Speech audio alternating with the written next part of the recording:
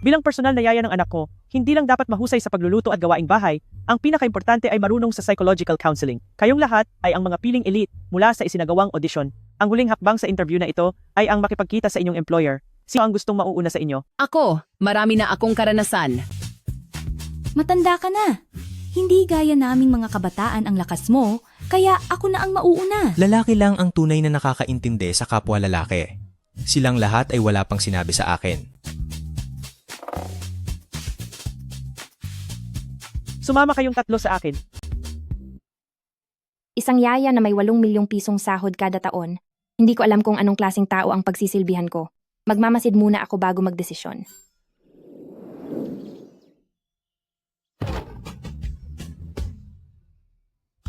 Napakasuka-suka. Kahit gaano pa karaming pera, hindi ko kaya ito. Sira ulo. Napakasira ulo talaga.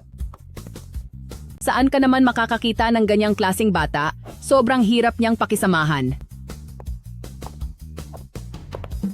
Sumuko na silang lahat? Eh ikaw? Naghihintay pa si nanay ng pera para sa pagpapagamot. Hindi ako pwedeng sumuko.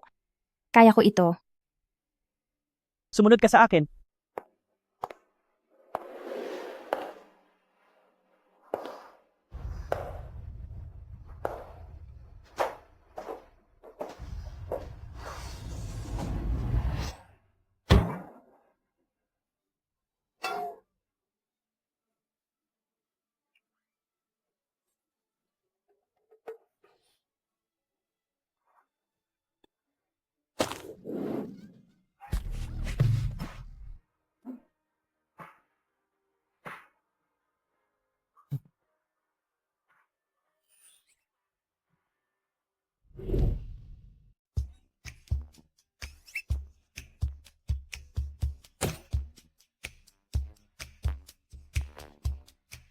Miss Sue, ayos ka lang ba? Ayos lang ako. Pasensya na po. Nagpapanggap ka pa. Kung hindi dahil sa iyo, matutumba ba si Miss Sue? Ilan na ba ang tinakot mo ngayong buwan? Sinabi ko na sa inyong hindi ko kailangan ng katulong, lalo na yung mga may kakaibang ugali. Hindi naman ako. Ay, oo nga pala. Talagang may kakaiba akong ugali. Gustong-gusto ko rin na mag-alaga ng mga lalaking katulad mo. Ikaw! Kaya palang tapatan ng batang ito ang anak ko. Sige na, Miss Sue, pipirma na tayo ng kontrata. Sige po.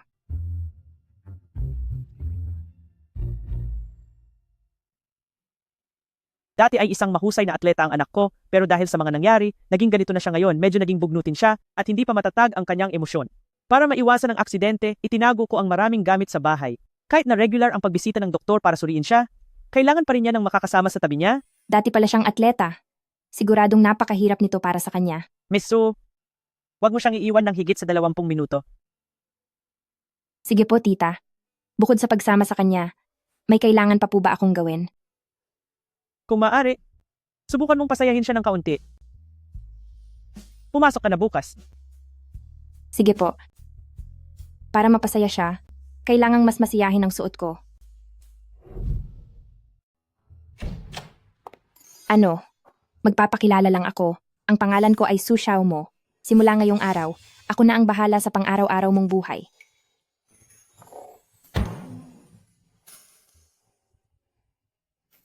Ang dilim dito sa loob, nakakasakal na, bubuksan ko ang kurtina para makapasok ang hangin.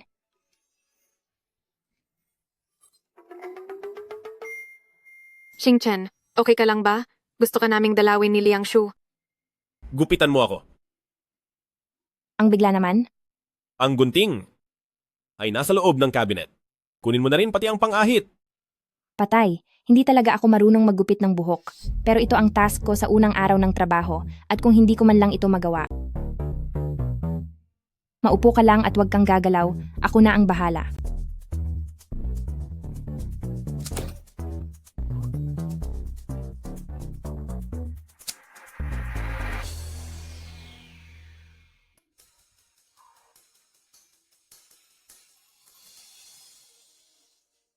Ang ganda talaga ng mga mata niya. Tapos ka na bang tumitig? Anong? Ito ang pinaka-trending na gupit ng lalaki ngayon, yung tinatawag na Korea, side part style. Huwag kang magmadali, hindi pa ito tapos.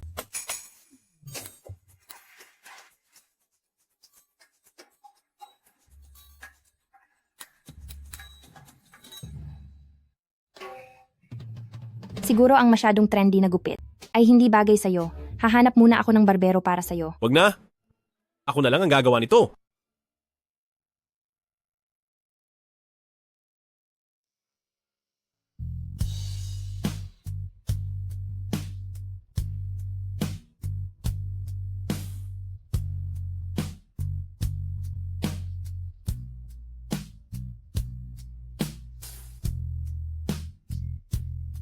Hindi ko akalaing ang gwapo niya pala matapos siyang magpagupit. Xingchen, nandito kami para dalawin ka.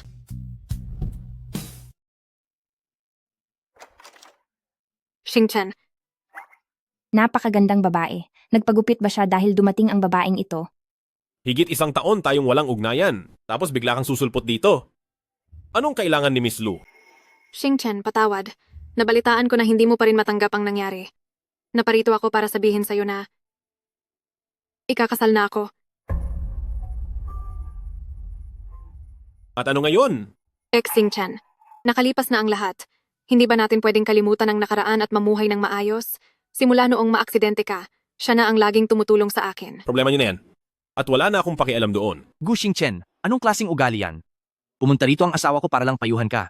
Sa kalagayan mong yan, paano mo mabibigyan ng kaligayahan si Waning? Gusto mo ba siyang maging katulong mo habang buhay? Kaya pala inagaw mo siya. At piniling alagaan ng girlfriend ang sarili mong kaibigan? Dati tayong magkasama sa koponan. Lagi mo akong nilalamangan noon pero nandaya ka lang naman pala. Talagang nanonood ang langit. At ginawa kang lumpo. Halatang pumunta lang sila rito para manginis. Sobra na ito. Ngayon, sa akin na ang titulo. At sa akin na rin si Waning. Ikaw? Masyado kayong nagmamayabang? Para kayong mga palakang nag-iingay lang sa gabi. Xingchen, sino siya? Ako ang girlfriend niya. Bakit? May problema ka? Ako ang girlfriend niya. Bakit? May problema ba? Xingchen, kailan ka pa nagkaroon ng girlfriend? Nagpapanggap lang iyan. Lumpo na nga siya pero nakahanap pa rin ng girlfriend. Mukha siyang Smurf sa suot niya. Hindi ko akalain na ganyan na pala ang panlasa ni Senyorito Gu. Mukha kang alien at marunong ka pang magsalita. Nakakamangha talaga. Miss, hindi ka ba natatakot bangungutin dahil alien ang pinakasalan mo? Ikaw, May dumi sa loob ng bahay mo. At lilinisin ko lang iyon. Aalis na kami ni Aksu. Inaanyayahan ko kayong dalawa na pumunta sa kasal ko. Sandali.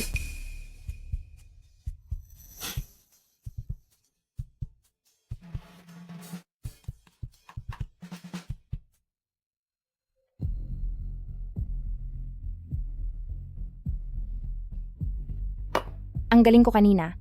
Hindi ba? Paano mo ako gagantimpalaan?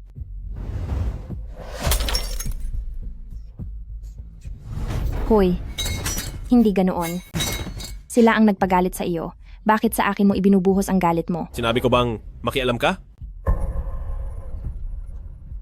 Lumayas ka. Sobra na siya.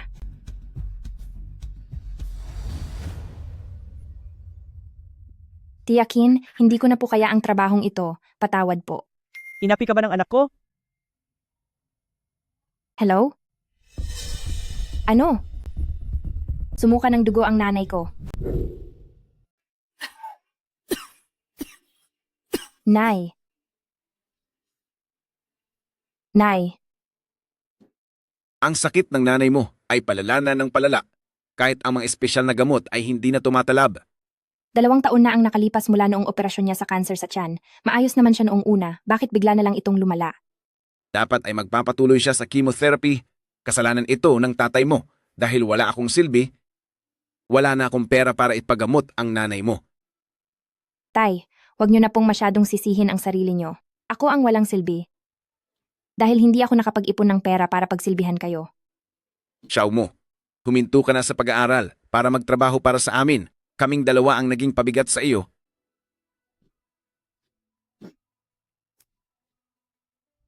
Kailan ba talaga kayo aalis? O balak niyo pa talagang mamalagi rito sa bahay ko? Hipag, naubos ang lahat ng pera namin sa pambili ng gamot ng asawa ko. Sa ngayon ay talagang gipit kami. Maaari mo ba kaming bigyan ng kaunti pang panahon? Kapag nagkapera na kami, lilipat agad kami kapag nakahanap na ng mauupahan. Kuya, 2 taon mo na itong sinasabi. Kailan ka pa ba magkakapera? Tito, may iniwang bahay si Lolo bago siya pumanaw na dapat ay hinati sa inyong dalawa. Nasaan na ang bahay? Ang bahay? Bakit pa ititira ang ganyang kalumang bahay? Matagal na itong naibenta. Naibenta? Nasaan ang pera? Bagay ito ng mga matatanda. Bakit nakikialam ang paslit na ito? Umalis ka rito. Kahit na mura na iyon, nagkakahalaga pa rin ang bahay na iyon ng 1,500,000 piso. Ibinenta ninyo ng palihim ang bahay at ibinulsa ang pera. Huwag ninyong kalimutan na may parte rin ang tatay ko roon. Isang malaking biro. Lalaki ang Xiaohu namin, ang tanging magpapatuloy ng pamilya Su, syempre ang pera ay dapat na mapunta sa apo. Alangan namang ibigay ko sa isang paslit na katulad mo? Tama. Tatay mo mismo ang voluntaryong sumuko noon. Hay, hindi naman namin siya pinilit ah. Tay, totoo ba iyon? Tay, nawawala ka na sa wisyo. Palagi mo na lang silang pinagbibigyan. Kailan ba nila inisip ang nararamdaman mo? Tumigil ka. Hinayaan ko kayong tumira rito ng 2 taon. Malaking pabor na iyon sa inyo. Ngayon at ikakasal na si Xiaohu at kailangang ayusin ang bahay na ito bilang bagong tirahan, lumayas na kayo agad, bago pa maantala ang araw ng kasal. Hipag, bigyan mo pa ako ng 2 araw. Maghahanap lang ako ng bahay na malilipatan. Huwag mo akong lokohin. Ilang beses mo na bang sinabing maghihintay ako? Wala nang silbi ang kahit anong sabihin mo ngayon? Lumayas na kayo ngayon din? Nagkukunwari ka pang hindi nakakarinig ha? Hoy, Hipag! May sakit pa ang asawa ko. Hindi niya kayang makipaghatakan. Ikaw, bitawan mo ang nanay ko. Tabi, Xiao mo. Xiao mo. Anak, okay ka lang ba? Lilipat na tayo agad pagkalipas ng 1 oras. Sige. Bibigyan kita ng 3 oras. Ngayong gabi ay lilinisin ko na ang bahay na ito. Anak, saan tayo kukuha ng pera sa ganoon kailing na panahon? Tay, huwag kayong mag-alala. Gagawa ako ng paraan.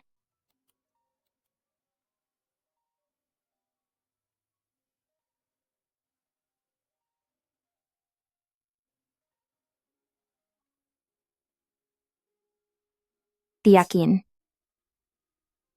Pasensya na po. May nangyari sa bahay kaya hindi ko nasagot agad ang tawag nyo. Anong nangyari? Nagsusuka ng dugo ang nanay ko dahil sa kanser sa tiyan at kukunin na rin ng mga kamag-anak ang bahay namin. Pumunta ka rito sa akin.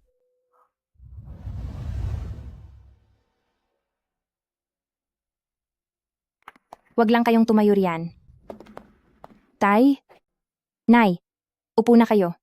Ito ang bago nating bahay. Kumpleto na ang mga gamit at pwedeng-pwede na tayong tumira agad. Anak, saan galing ang bahay na ito? Anak, kahit mahirap lang tayo, huwag kang gagawa ng masama. Ito ang 7,000,000 at 800,000 piso bilang paunang bayad. Kunin mo ito para maayos ang mga problema mo. Salamat po, Tia. Napakalaki nito. Hindi ito malaki. Tutulungan kitang lutasin ang lahat ng iyong mga problema. Isa lang ang hinihiling ko. Sana ay mapagpasensyahan mo ang anak ko. Siguradong iniisip ni na tatay at nanay na naging kabit ako. Kung sasabihin ko sa kanila na ganito kalaki ang kikitain sa trabahong ito, ay tiyak na hindi sila maniniwala. Mabuti pang huwag na lang akong magsayang ng laway na magpaliwanag. Tay, Nay, ang bahay na ito ay kay Zhang Xiaoyu na laging nasa ibang bansa at dahil magkaibigan kami ay pwedeng-pwede kayong tumira rito ng walang alalahanin. Totoo ba? Kapag nagkapera na ako ay lilipat din tayo. Okay ba? Sige. Anak, kumusta na kayo ni Jiang Nan ngayon? Kumusta na kayo ni Jiang Nan? Kaming dalawa. Ay ayos lang naman. Mabuti naman kung ganoon. Hindi na rin kayo bata, kaya dapat nyo nang asikasuhin ang kasal nyo. Ay naku, huwag kayong magmadali. Huwag na po kayong mag-alala. Mayroon pa akong interview. Aalis na muna ako. Sige, lumakad ka na. Kailangan ko nang magmadali para pagsilbihan ang donyong iyon. Jiang Nan, anong ginagawa mo rito? Hindi mo sinasagot ang mga tawag ko at 1 linggo na tayong walang balita pero hindi ko akalaing nakatira ka na pala sa isang mamahaling subdivision. Sinusundan mo ba ako? So Xiao mo, anong ibig mong sabihin? Ilan pang mga bagay ang itinatago mo sa akin? Alam mo naman na araw-araw akong nag-apply ng trabaho at may mga interview. Alam mo ba kung ilang trabaho na ang nasira mo dahil lagi kang tumatawag sa video kapag may interview ako? Bakit hindi mo pinuntahan ang mga trabahong inirekomenda ko sa iyo? Anong klaseng mga trabaho ba ang ibinibigay mo sa akin? Ha? Operator ng crane, trabahador sa katayan, at driver ng malaking truck. May problema ba roon? Mahirap man iyon pero malaki naman ang kita. 3 taon na tayo at nagmamadali na ang mga magulang ko na magpakasal tayo para magkaapo na sila. Hindi pa ako makahanap ng tamang trabaho sa ngayon. Kaya dapat isipin mo naman ang kinabukasan nating dalawa. Wag na lang. Maghiwalay na tayo. Su Xiaomo, huminto ka. Bitawan mo ako. Anong ibig mong sabihin? Nagmamadali kang makipaghiwalay sa akin dahil may nahanap ka na sigurong iba. Bakit ka lumabas sa subdibisyong ito? Ipaliwanag mo ito sa akin ng maayos. Hello? Su Xiaomo, nasaan ka? Ako? Su Xiaomo, nasaan ka? Ako? Pauwi na ako. May inaasikaso ako sa labas. Hindi ba't sinabihan na kita na huwag siyang iiwan ng mahigit sa 20 minuto? Hindi ko matawagan ng anak ko ngayon. Nangyari na ito noon. At ang naging bunga nito, bumalik ka na agad para tingnan siya.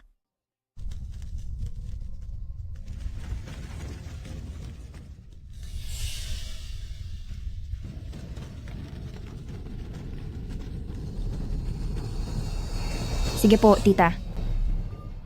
Su Xiaomo, hindi ka makakaalis hanggat hindi mo na ipaliliwanag ng malinaw ang lahat ngayon. Naku, wala na akong oras para makipag-usap sa iyo ng walang saysay. Lumabas ka. Hoy, bitawan mo ako.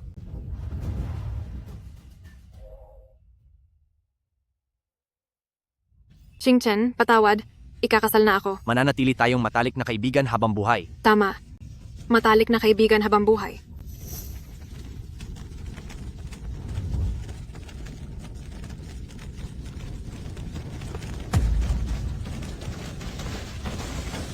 Huwag mo akong pigilan sa pagliligtas ng tao.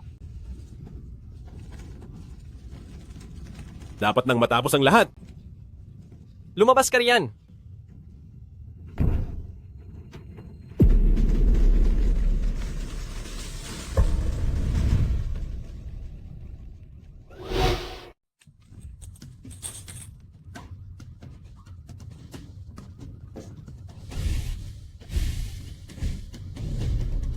May sunog. Gu Xingchen. Gu Xingchen, nandito na ako para iligtas ka. Gu Xingchen, okay ka lang ba? Gu Xingchen, gumising ka. Huwag kang mamatay. Gu Tumigil ka na Xingchen. sa pag-alog.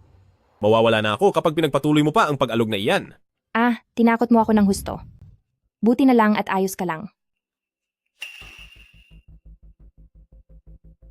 Nagsusunog ka ba ng mga litrato? Ano pa ba sa tingin mo? Tinakot mo talaga ako. Akala ko kasi ay may gagawin kang masama sa sarili mo. Pasensya na, hayaan mong punasan kita. Su Xiaomo.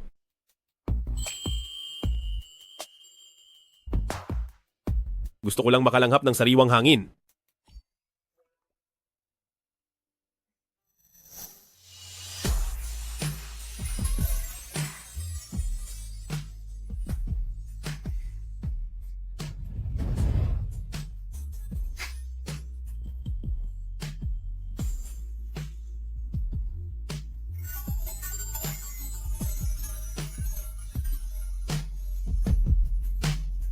Su Xiaomo, gusto ko munang lumabas at maglakad-lakad.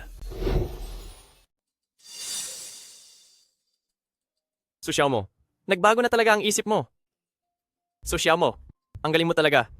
Para sa pera, pumatol ka pa sa isang pilay. Jiangnan, sinusundan mo na naman ba ako? Hiwalay na tayo, kaya pakiusap, umalis ka na. Sige, makikipaghiwalay ako kung babayaran mo ako. Su Xiaomo, ayusin mo muna ang personal mong buhay bago ka pumasok sa trabaho? Opo, boss. Ang pilay na ito ay boss pala. Jiangnan, manahimik ka. Kapag nagmamahalan ng dalawang tao, ang lalaki ang bumibili ng kung ano-ano para sa babae. Pero ikaw, kinuha mo pa ang cellphone ko para mag-installment. Kaya hanggang ngayon ay hindi ko pa rin tapos bayaran ang utang na iyon. May gana ka pa talagang humingi ng pera para sa pakikipaghiwalay? Hindi ba normal lang naman na magbigay ng regalo ang mga magkasintahan? Sino bang may sabing mag-installment ka? At saka, ilang taon lang naman ang kabataan ng isang lalaki? Gu Xingchen.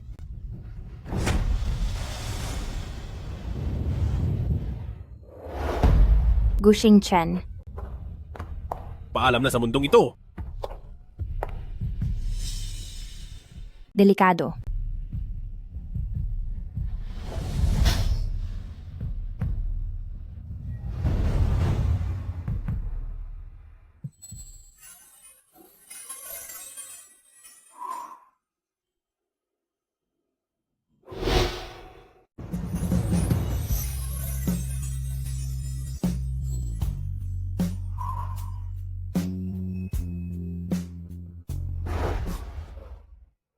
Pasensya na, hindi ko sinasadya. Susyaw mo? Wala ka naman talagang hiya? Pinaliwala mo lang ba ako?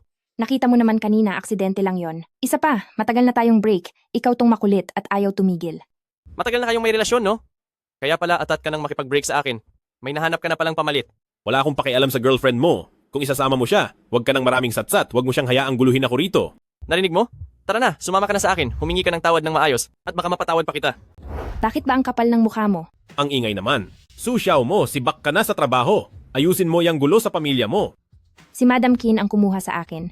Siya lang ang may karapatang magpaalis sa akin, hindi ikaw. Gusto mo lang palang sumabit sa mayaman? Huwag ka nang managinip ng gising. Hindi ka papatulan kahit ng isang lumpo. Kapag hindi ka pa umalis, tatawag ako ng pulis. Sige, susyaw mo. Ang tapang mo, ha? Sigurado ka bang hindi ka sasama sa boyfriend mo? Anong boyfriend? Break na kami. Sa ngayon, gusto ko lang kumita ng pera. Gusto mong kumita? Hindi ganun kadaling pagsilbihan ako. Para sa pera, kakayanin ko ang lahat. Mukhang pera.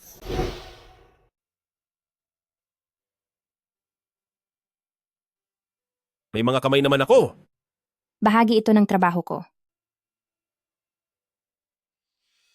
Ang mga batang magagandang babaeng tulad niyo ba ay gagawin ang lahat para lang sa pera? Ang iyong pulso. Takot ka na ba agad? Nagbubuntong hininga lang ako. Isipin mo, kahit kaming mga hamak na tao ay pilit pa ring lumalaban para mabuhay. Ikaw na isang senyorito, ano pa ba ang hindi mo maintindihan? Wala kang pakialam.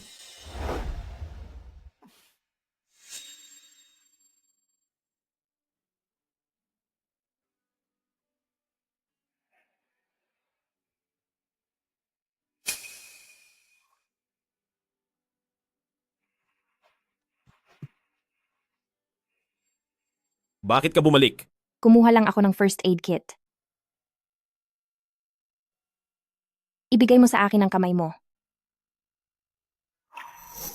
Masakit ba ito?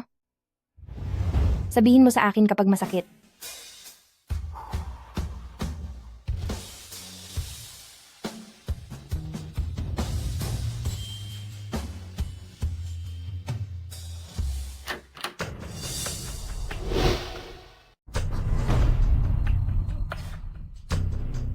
Ako.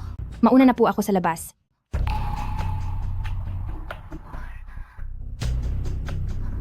Tia Chin, nagkakamali po kayo. Hindi po ganoon ang iniisip nyo. Sumama ka sa akin sandali.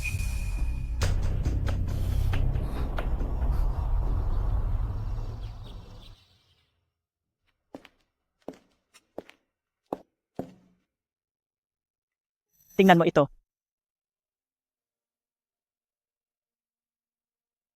Si Xing Chen ay isang mahusay na siklista. Ang tingin ng lahat sa kanya ay may pambihirang talento. At hindi niya kailanman binigo ang aming mga inaasahan. Palagi siyang nagiging kampeon, kaya napansin siya ng coach ng pambansang koponan. Pero isang beses, nagkaroon ng aksidente sa karera. Nabali ang dalawa niyang binti at dinala siya sa ospital. Doon nalaman na may mga bakas ng stimulant sa kanyang katawan. Mula noon, hindi na siya muling nakatayo pa. Stimulants? Mayroon bang taong nanabutahe sa kanya? Sinadyang sirain ang mga CCTV footage noong araw na yon. Hindi ko alam kung sino ang gustong manakit sa anak ko. Simula noon, nagbago na ang ugali niya. Minsan, nagpapakita pa siya ng kagustuhang saktan ang sarili. Mag-isa lang siya, kaya talagang nag-aalala kami sa kanya. Tia Qin, siguradong malalampasan din ito ni Senyorito Gu. Aalagaan ko rin po siyang mabuti. Salamat. Kahit anong mangyari, tutulungan ko siyang mahanap muli ang dati niyang sarili.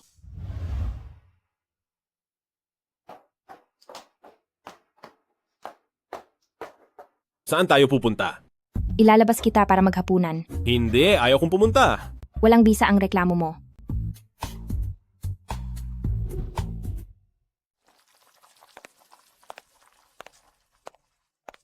Sandali lang. Kumuha ka ng isang bote ng serbesa para sa akin.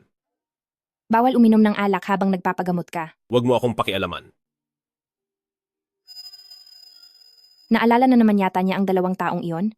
Hayaan na nga, kung mapapasaya naman siya nito, hayaan na natin siyang uminom. Ilagay mo rito.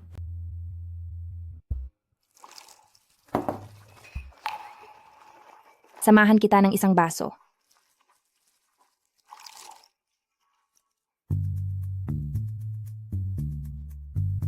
Kumain ka muna bago uminom.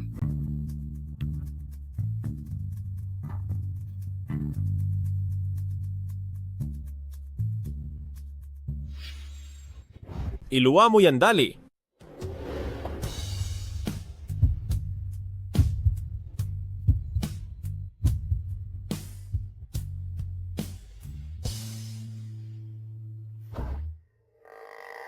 Ayaw ko kasing magsayang ng pagkain.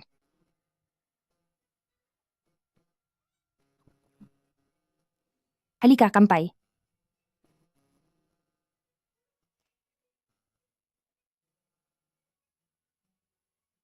Malakas ka bang uminom? Ang lakas ko. Sasabihin ko sa'yo, ang hirap din maging yaya. Akala nila madali lang kumita ng pera dito sa inyo, tapos hihingan pa talaga ako ng pera. Ang kakapal ng mukha nila. Sige na. Oo nga, ang kakapal ng mukha nila. Susyaw mo, lasing ka na. Hindi ako lasing. Paano naman ako malalasing? Naaawa. Alang ako sa ating dalawa. Akala ko, madali lang kumita ng pera ang mga mayayamang katulad nyo. Pero ano na? Mas. Malala pa ang sitwasyon mo kaysa sa akin. Ang matalik mong kaibigan ay inagaw ang babaeng pinakamamahal mo, tapos pumunta pa rito para magyabang. Parehong-pareho lang ito sa mga napanonood sa teleserye.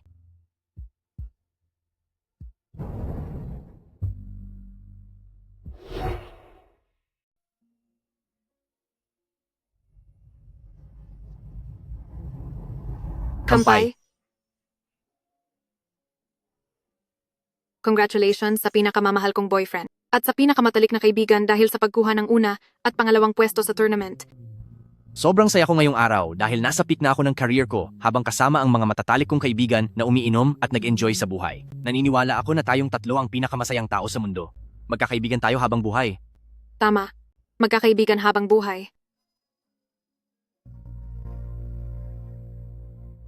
Xingchen. Magpapakasal na ako. Dati tayong magkasamahan sa team bilang mga atleta. Lagi mo na lang akong nilalamangan. Pero gumamit ka ng mga ipinagbabawal na gamot sa kompetisyon. May mata ang langit kaya naging baldado ka na ngayon. Ngayon, sa akin na ang kampeonato at si Wanning ay sa akin na rin. Gu Xingchen, nandito na ako para iligtas ka.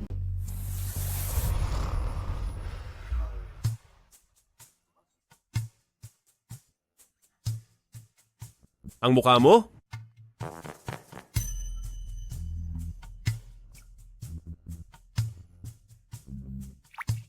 Maayos naman ah. Pinaglalaruan mo ba ako? Oo na, pinaglalaruan kita.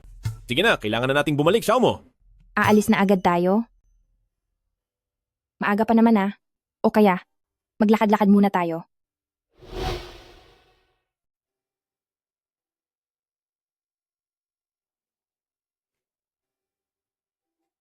Magkano po ito? 200 at 40 piso ito. Su Xiao mo? Kung bibili ka ay ikaw ang sumukat, wag mo akong gawing sabitan ng damit. Para sa iyo nga ito, ang ganda kaya. Hindi ba? Sukatin mo ito. Ang gaganda ng mga ito. Bakit ba gustong-gusto mo ang mga pangit na bagay na ito? Anong pangit? Ito ang pinaka-highlight ng porma ko araw-araw. Pabago-bago ito depende sa mood ko. Sa mga nakakakilala sa iyo, alam nilang depende sa mood ang pagpapalit. Pero sa mga hindi, iisipin nilang isa kang hunyango. Ano bang alam mo? Ito ang tinatawag na nasa unahan ng fashion. Sa hinaharap, ay magiging isang fashion designer ako. Fashion designer? Ikaw? Huwag mo akong minaliliit. Kailangang may pangarap ang isang tao, paano kung magkatotoo? Bakit ka tumatawa? Ayoko na makipag-shopping sa iyo. Uuwi na ako. Saktong wala pa akong ganitong mga kulay. Boss, magkano po ito? 400 at 72 piso ang dalawang ito. Sige, pakibalot na ito.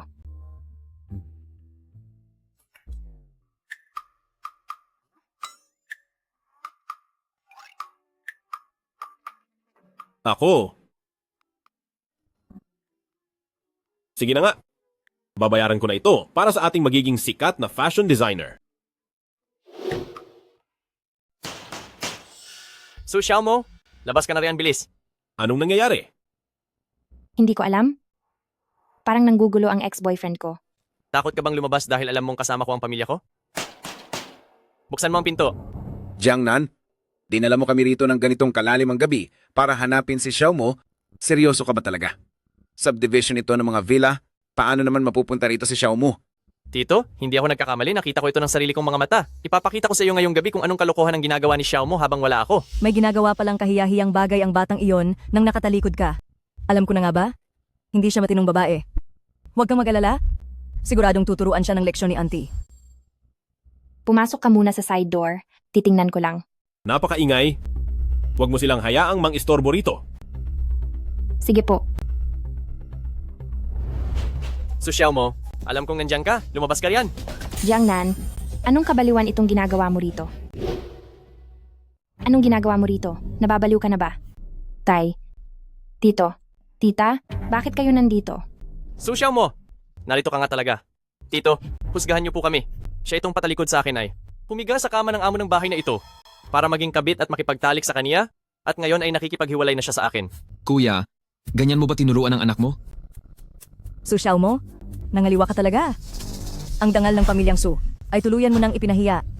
Xiao Mo, sabihin mo sa akin, totoo ba ang lahat ng sinasabi nila?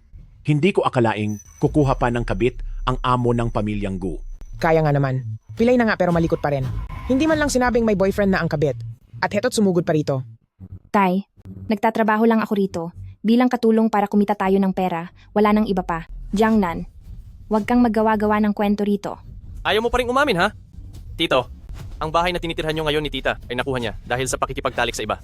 Kaya pala, nagpumilit kang lumipat noon dahil nakuha mo ang unit na iyon sa pakikipagtalik. Xiao Mo, ano ba talaga ang totoo tungkol sa bahay na iyon? Tay, ang bahay na iyon ay katunayan. Hindi sa kaibigan ko. Binili ko iyon gamit ang advance na sahod na ibinigay ng amo ko. Mas pipiliin pa namin ng nanay mo na matulog sa kalsada kaysa manirahan sa bahay na kapalit ng pagbenta mo sa iyong katawan. Halika, umuwi na tayo. Lilipat na tayo agad. Ayaw kong umalis. Ayaw kong umalis. Hindi ka mahal ng pilay na yon. Hanggang ngayon ay hindi man lang siya lumabas para ipagtanggol ka. Huwag ka nang magpumilit dito. Sumama ka na sa amin, please. Tumigil na kayo. Tumigil na kayo sa pag-aaway. Hanggang kailan ka ba magwawala sa harap ng bahay ko? May gana ka pang lumabas. May lakas ka pa ng loob na magtago sa likod ng lalaki mo. Wala kang kahihiyan. Ang mga katulad mong malandi ay dapat nilulubog sa hawla ng baboy sa probinsya natin. Ayusin mo ang pananalita mo. Siya ay katulong sa pamilyang Gu. Wala kayong karapatang makialam. Katulong lang naman siya. Bakit ka nagmamalaki? So Xiao Mo, sumama ka na sa amin agad. Huwag mo akong piliting gumamit ng dahas. So Xiao Mo, lumapit ka rito. Putulin mo na ang ugnayan sa kanya ng tuluyan. Hindi na kayo dapat magkita pang muli. Hindi na tayo titira sa bahay na iyan. Tatay, sinabi ko na ngang wala akong ginawa. Bakit hindi ka naniniwala sa akin? Wala akong pakialam kung mayroon man o wala. Kailangang sumama ka sa akin pauwi ngayon. Hayaan siyang pumili. So Xiao Mo, sasama ka ba o hindi? Hindi ako pwedeng umalis. So Xiao Mo, huwag mong abusuhin ang kabaitan ko. Lumabas ka rito. Binabalaan kita. May CCTV sa harap ng pinto namin. Ang ginagawa ninyo ay ilegal na pagpasok sa pribadong ari-arian. Kapag nagpatuloy pa kayo sa panggugulo, magsasampa na ako ng kaso? Isang lumpo lang naman. Sino ba ang tinatakot mo? Halo? Abogado Wang, ang ilegal na pagpasok sa bahay, ano ang parusa nito? Senyorito Gu, ang pagpasok ng walang pahintulot na mayari ay ilegal na pagpasok at maaaring parusahan ng pagkakulong nang hindi lalampas sa 3 taon o aresto mayor. Narinig niyo ba yon? Sino ba ang tinatakot mo? Bahala ka kung ayaw mong sumama. Maghintay lang kayo. Tara!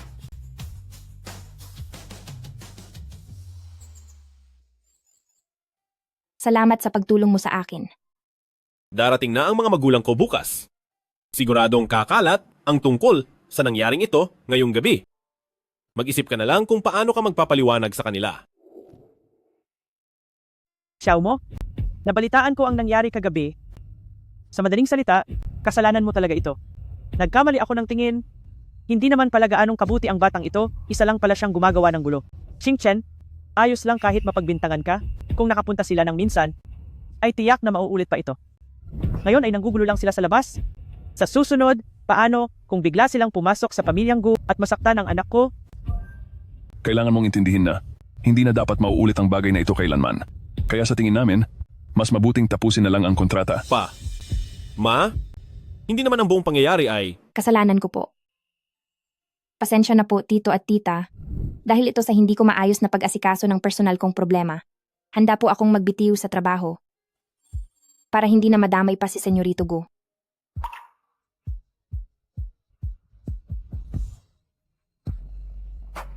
Ito ang dokumento para sa pagtatapos ng kontrata.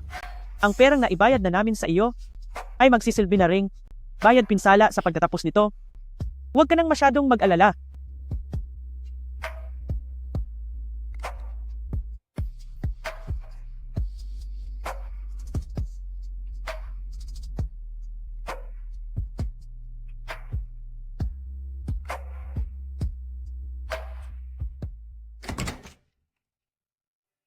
Sino ka? Ako po ang bagong katulong na kinuha ng ginang. Senyorito Gu, oras na po para kumain.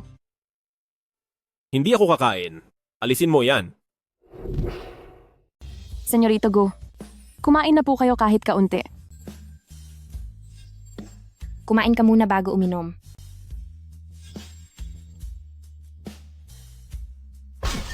Sinabi ko nang hindi ako kakain. Bingi ka ba?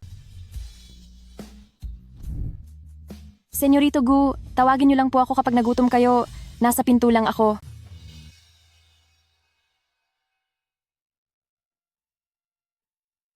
Senyorito Gu, oras na po para sa inyong IV drip. Huwag kang malikot. Matatapos din ito agad. Nasugatan ang kamay mo. Senyorito Gu, kayo rin po ang mahihirapan kung gagawin niyo iyan. Wala akong pakialam. Hindi ako magpapa-IV.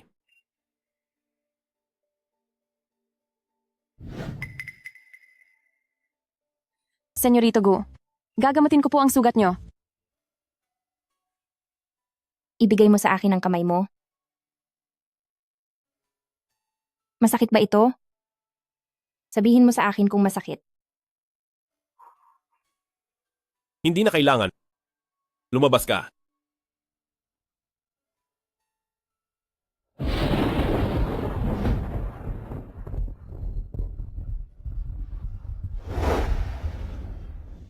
Su Xiaomo.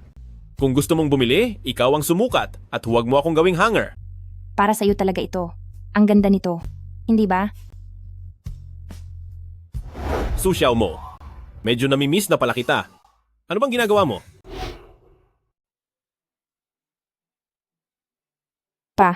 Ma, ano po bang ginagawa ninyo? Xiaomo, kasalanan namin dahil hindi ka namin naturuan ng tama. Kaya napunta ka sa maling landas. Hindi na ako titira sa bahay na ito at hindi ko na rin ipapagamot ang sakit ko. Ma, hindi po talaga ako naging kabit ng kahit sino. Naging katulong lang po ako sa bahay ng ibang tao. Ang kontrata. Tinapos ko na po ang kasunduan.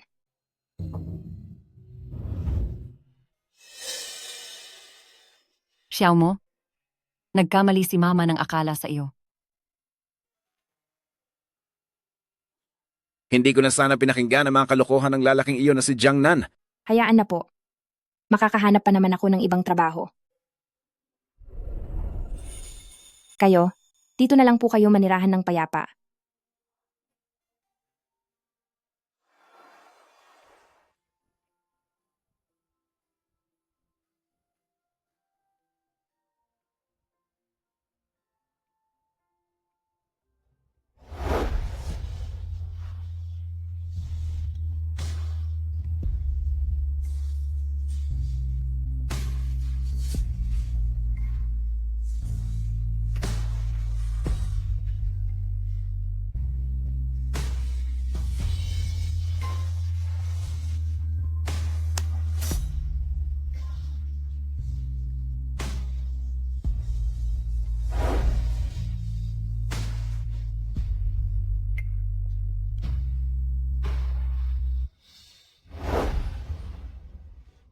Xiaomo, anong nangyayari sa iyo?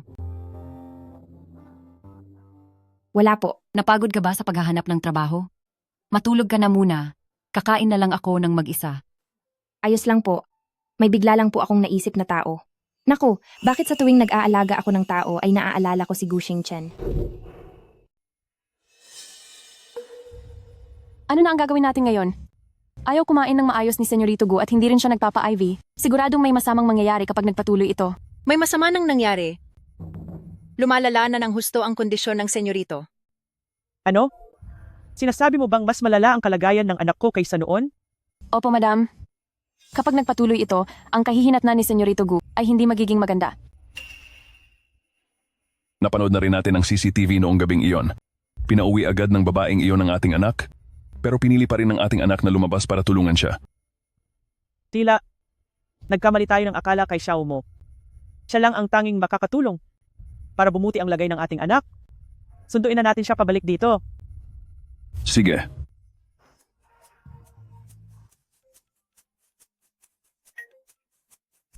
Hello? Xiao Mo. Tiyakin. Patawad, nagkaroon kami ng maling akala sa iyo.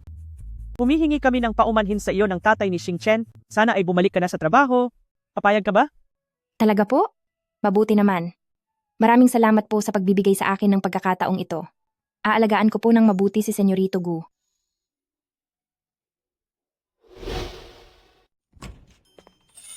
Kumusta ka nitong mga nakaraang araw?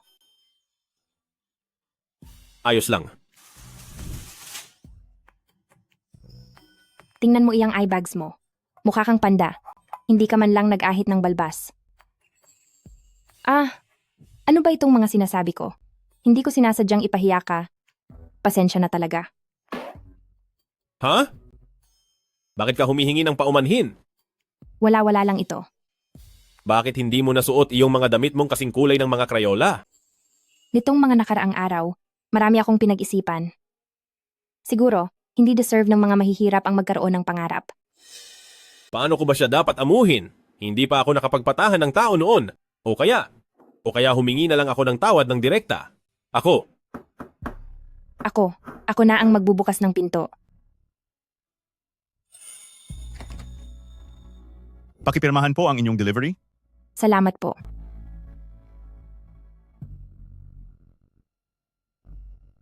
Gu Xingchen. May delivery ka rito. Ano ba yan? Isang imbitasyon.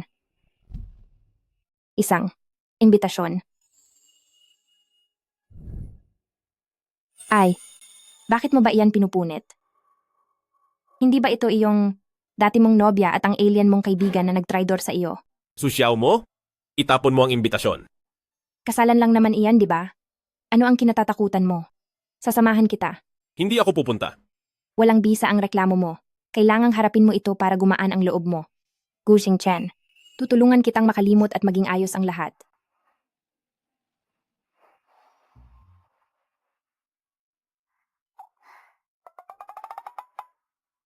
Nandito na rin lang tayo. Gaya ng sabi nila, nandito na tayo kaya ituring na lang nating handaan ito. Pinilit mo lang akong pumunta rito. Sige na. Gusto lang naman kitang tulungan, di ba? Pinadalhan ka nila ng imbitasyon. Dahil akala nila ay hindi ka darating. Para lang hiyain ka. Pero, dahil nandito ka na, ibig sabihin ay wala kang pakialam sa kanila. At sila ang mapapahiya rito.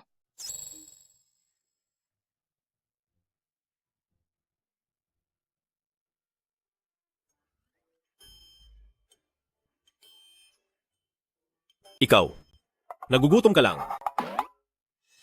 Oo. Xing Chen, hindi ko akalaing pupunta ka talaga sa kasal ko. Salamat sa pagbati mo. Xing Chen, hindi ko akalaing pupunta ka talaga sa kasal ko.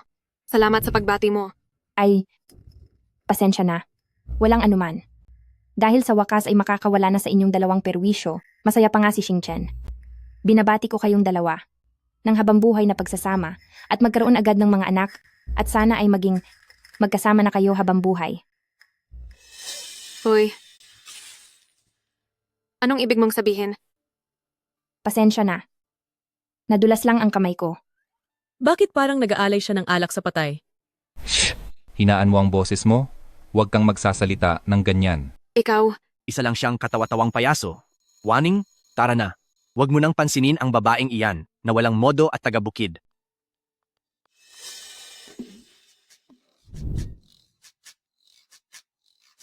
Salamat.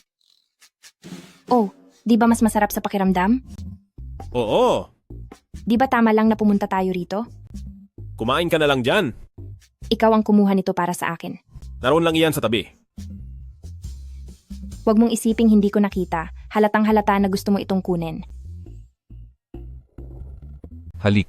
Halik, halik, halik, halik, halik, halik, halik. Pumapayag ka ba, Waning? Halik na. Halik na. Halik na. Halik na. Halik na. Halik na.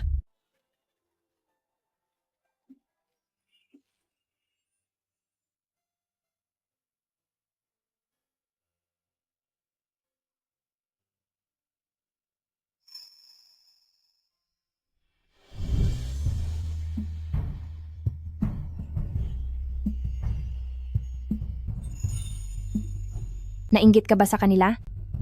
Hindi ah. Ay, anong ginagawa mo?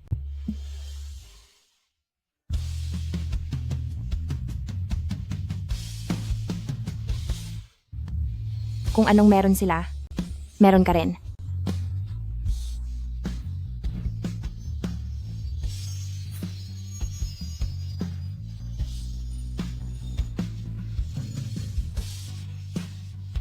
Halik na. Halik na. Halik na. Halik na. Halik na. Halik na. Halik na. Halik na.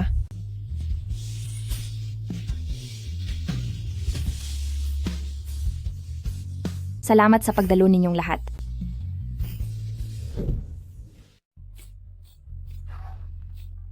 Susyaw mo. Oo.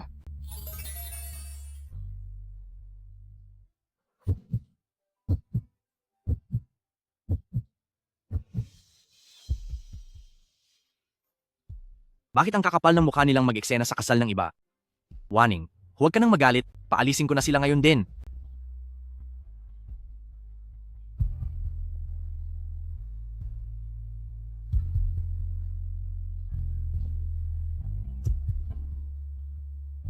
Uuwi na tayo.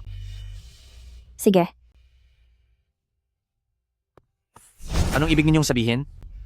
Pinapayo ko sa iyong magpa-plastic surgery ka na. Siguradong yari ang anak mo kapag naging kasing pangit mo siya. Mas lalong yari kung magiging kasing sama mo rin siya. Gumawa ka naman ng mabuti para magkaroon ka ng kahit kaunting grasya. Mag-ingat ka. Baka sa impyerno ang tuloy mo pag namatay ka. Ikaw? Oo nga pala. Salamat sa inyong imbitasyon. Napakainit ng pagtanggap ng lahat dito. Araw ng kasal namin ngayon, huwag nating hayaang masira ang mood dahil sa mga ganyang tao.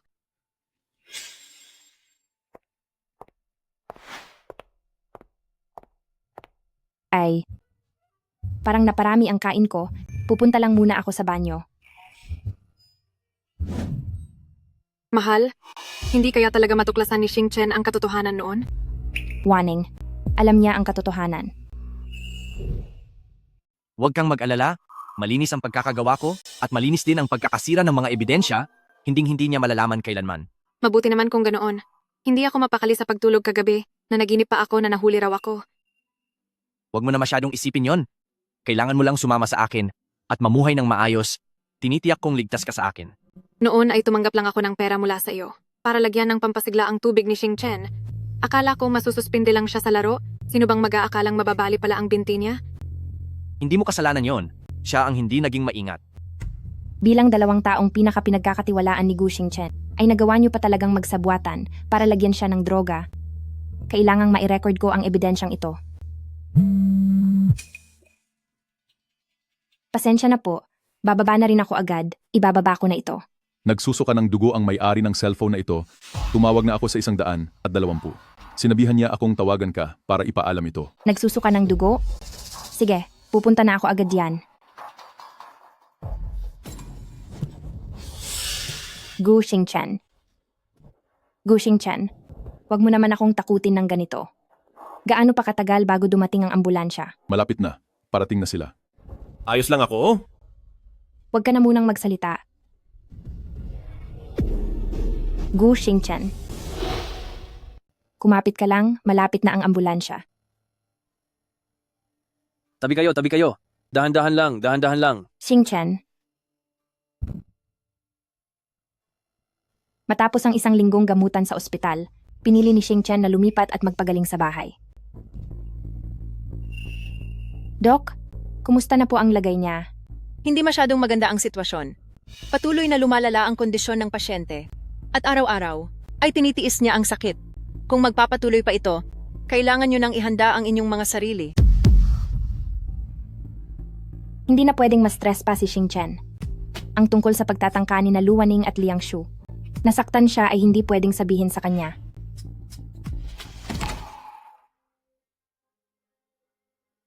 Anak ko, Siguro dapat nating igalang ang gusto niya? Hayaang magpa-euthanasia sa Switzerland. Gu Wensheng, tao ka pa ba? Hindi ba si Xingchen ang sarili mong anak? Pero sa sitwasyon niya ngayon, mas mahirap pa ito kaysa mamatay. Pero hindi mo pa rin siya pwedeng hayaang mamatay. Hindi ako papayag. Kalimutan mo na ang balak mong iyan. Pero masahol pa sa kamatayan ang nararanasan niya ngayon. Wala akong pakialam. Hindi ko siya hahayaang mamatay. Kung hindi, ay makikipaghiwalay ako sa iyo. Qin Yunshu. Binalak pala ni Gu Xingchen na sumailalim sa euthanasia noon. Gu Xingchen, kailangang mabuhay para magkaroon ng pag-asa. Kahit na ang mundo mo ay lubos na madilim. Sasamahan kita sa tabi mo. Malamig? Malamig. Bitawan mo ako. Kukuha lang ako ng kumot para sa iyo.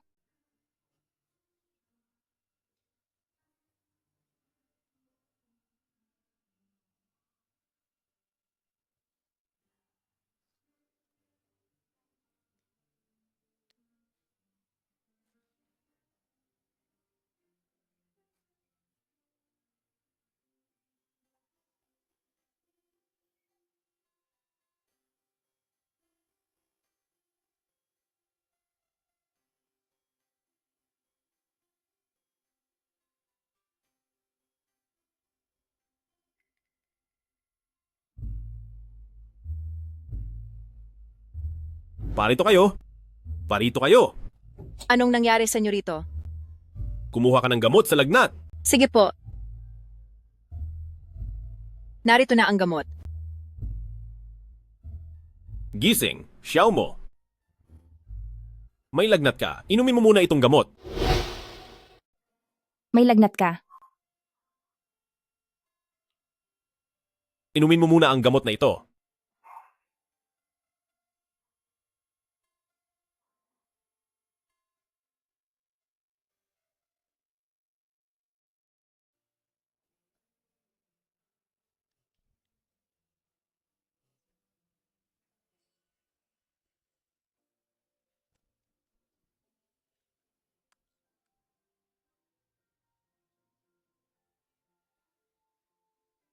Gu Xingchen. Gu Xingchen, Nandito lang ako? Sabihin mo na. huwag kang mawalan ng pag-asa. Kailangan mong mabuhay ng mabuti. Sasamahan kita habang buhay.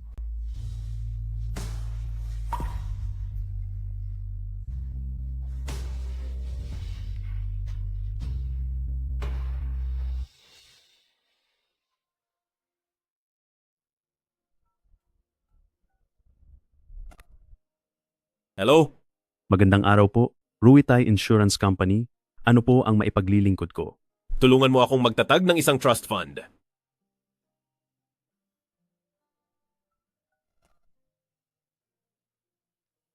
Abogado Wang? Nais kong gumawa ng isang huling habilin. Kapag namatay ako, lahat ng ari-arian ko ay ipamamana ko lahat kay Su Xiao Mo.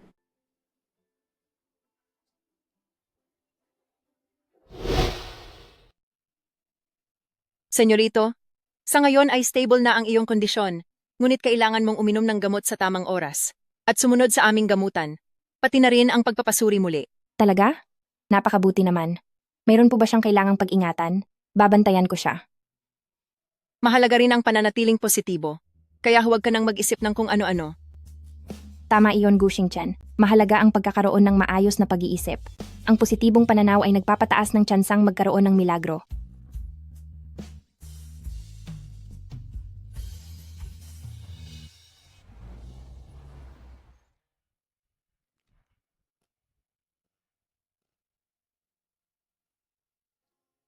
Nag-leave ako para bukas. Babalik ako sa Makalawa. May pansamantalang mag-aalaga sa iyo rito. Bakit? May problema ba sa inyo? Hindi mabuti ang pakiramdam ni nanay, kaya kailangan ko siyang puntahan. Sige, Sino ang mag-aakalang ang nobya mo at matalik na kaibigan ang lalason sa iyo? Imposibleng wala silang iniwang kahit anong ebidensya. Bukas, ay pupunta ako sa track and field team para maghanap ng ebidensya. Para mabigyan ka ng katarungan.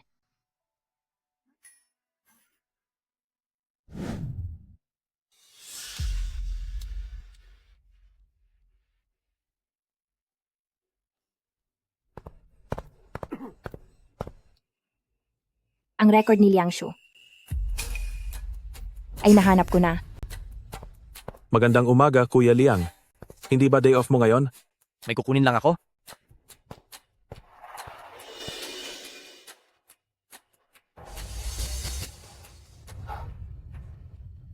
Anong ginagawa niya rito? Binabasa ang mga file ko para maghanap ng ebidensya. Anong nangyari, mahal? Waning, nalaman ko na ang bagong girlfriend ni Gu Xingchen ay tinitingnan ang mga file ko. Ano? Tinitingnan niya ang mga file mo? Siguradong naghihinala na si Gu Xingchen, kaya pinapunta niya siya para hanapin ang katotohanan. Posible. Ngayon, anong gagawin natin? Kahit na wala pang nahanap na ebidensya ngayon, darating ang araw na mahahanap din nila ako. Kapag nangyari iyon, tapos na tayong lahat. Huwag kang mag-alala. Basta mawala lang sila, wala nang maghihinala sa atin. Hindi ba gusto siya ni Gu Xingchen? Kikidnapin natin siya. At pagkatapos ay aakitin natin si Gu Xingchen na pumunta rito para isang tira, 2 tama lang. Hoy, pare. Pare, tulungan mo naman ako. Walang problema, Kuya Liang. Sabihin mo lang. Sige. Salamat. Hoy. Ikaw si Su Xiao mo, di ba? May nagpapabiya sa iyo na ang sagot na hinahanap mo ay nasa elevator area. May nakakaalam ba na si Xingchen ay na-frame lang at galit din kay Liang Shu? Kaya sinasadya nilang magbigay ng ebidensya?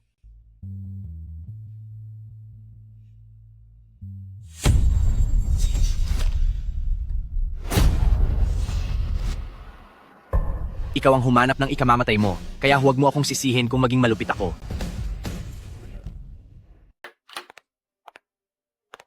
Senyorito Gu, oras na po para kumain.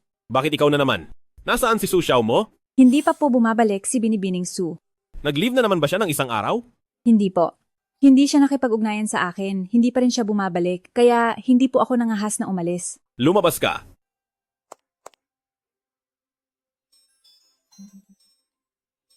Bakit hindi niya sinasagot ang telepono? Hindi maaari. Kailangang puntahan ko siya.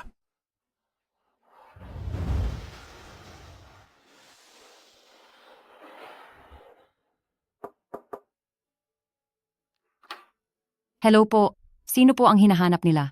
Hello po. Tita? Kaibigan po ako ni Su Xiao mo. Hinahanap ko po siya. Nasa bahay po ba siya? Si Xiao mo ba? Wala siya sa bahay. Ilang araw na siyang hindi umuuwi. Dati ay nagkakausap pa kami. Pero nitong nakaraang 2 araw, ay wala na kaming balita. Nagtatrabaho siya ngayon bilang yaya sa ibang bahay. Bakit hindi mo itanong ang eksaktong lokasyon niya? Pagkatapos ay puntahan mo siya. Sige po. Salamat po, tita. Su Xiao mo? Nasaan ka na ba talaga?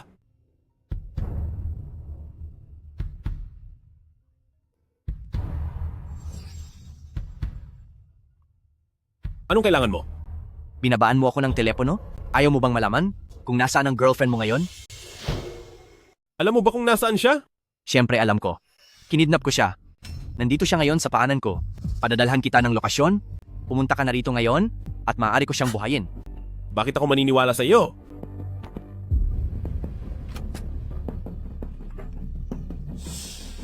Su Xiao mo? Huwag ka sanang mapahamak.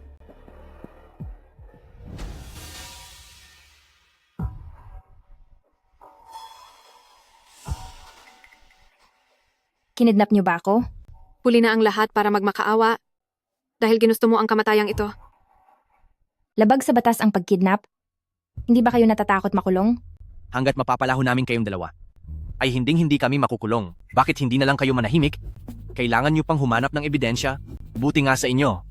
Bilang pinakamatalik na kaibigan ni Gu Xingchen, ay nagawa niyo siyang pagtaksilan. Wala na ba kayong konsensya? Hindi ba kayo natatakot sa parusa ng langit?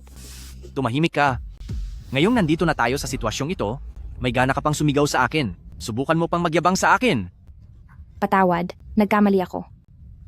Ngayon ay alam mo na kung paano matakot? Walang kwenta. Gagawin ko ang lahat ng ipapagawa ninyo. Huwag niyo lang akong patayin. Sige, hahayaan muna kitang mabuhay ng kaunti pa. Gagamitin pa kita para mabitag dito si Gu Xingchen. Ngayong gabi, hinding-hindi makakaalis ang kahit sino sa inyong dalawa. Hahaha. Buisit, balak pa niyang papuntahin si Xingchen dito. Kailangan ko nang makatakas agad. Ang lalaking si Gu Xingchen na iyon ay talagang nag-aalala sa kanya. Isang litrato pa lang ang sinend ko, pumayag na siyang pumunta agad. Nakatakas siya. Para sa isang lumpo, itataya mo ang buhay mo? Oo, hindi ako katulad ninyong dalawa, na mga walang hiyang hayop. Ang daldal mo, tigil!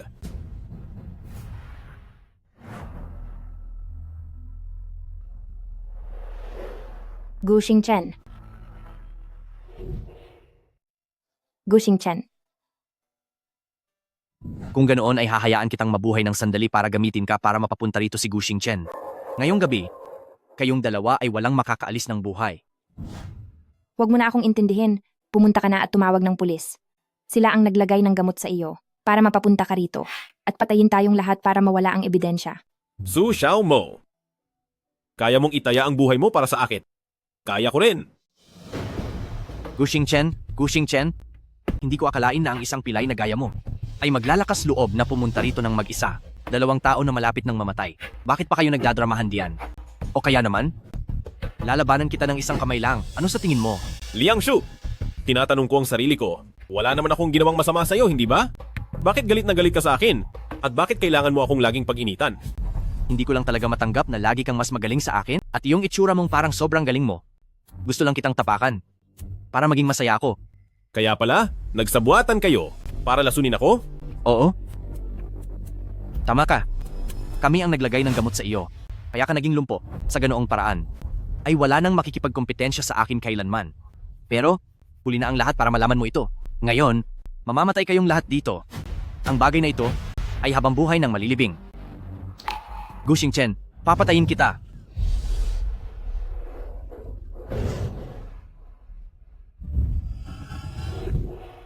Huwag kang gagalaw. Pulis ito.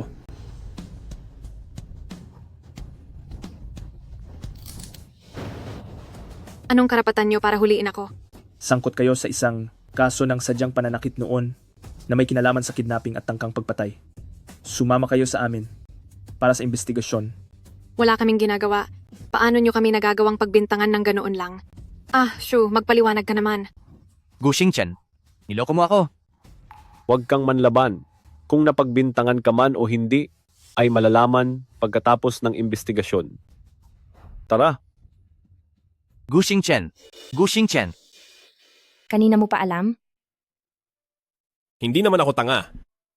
Ang tanga mo naman? Dahil nakuha mo silang imbestigahan ng mag-isa. Paano na lang ako kung may mangyaring masama sa iyo? Patawad. Sabi ng doktor ay hindi ka na pwedeng ma-stress, kaya hindi ko muna sinabi sa iyo. Su Xiaomo, sa puso ko ay ikaw ang prioridad. At wala nang iba pang mahalaga. Pangako mo sa akin na hindi mo na uulitin ang magsuong sa panganib ng mag-isa. Sige. May sugat ka ba? Pumunta tayo sa ospital. Ayos lang. Kaunting galos lang ito. Yung 2 iyon, gustong-gusto ko pa silang sipain ng 2 beses. Mabubulok na sila sa kulungan habang buhay. Mabuti naman. Mukhang naka-move on ka na ng lubusan. Salamat.